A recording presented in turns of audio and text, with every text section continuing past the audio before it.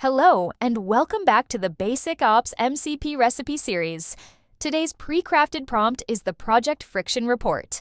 The Project Friction Report is a tool that will help you identify bottlenecks with ease. Simply paste the prompt into your preferred AI assistant and specify the project when you are ready to receive the report.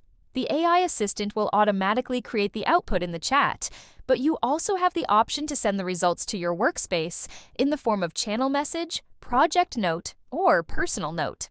Using due dates and assignee information, the Friction Report will show anything that reduced productivity throughout the project. It will offer suggestions to mitigate similar issues in the future. You are just a few simple prompts away from getting your team on the same page and ready to tackle your next challenge. Here, you can see me put the information into a project note. This way, the whole project team can see the report.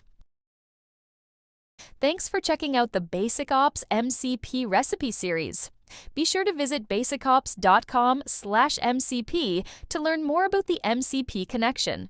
And check out basicops.com/AI-prompt-library to view each recipe.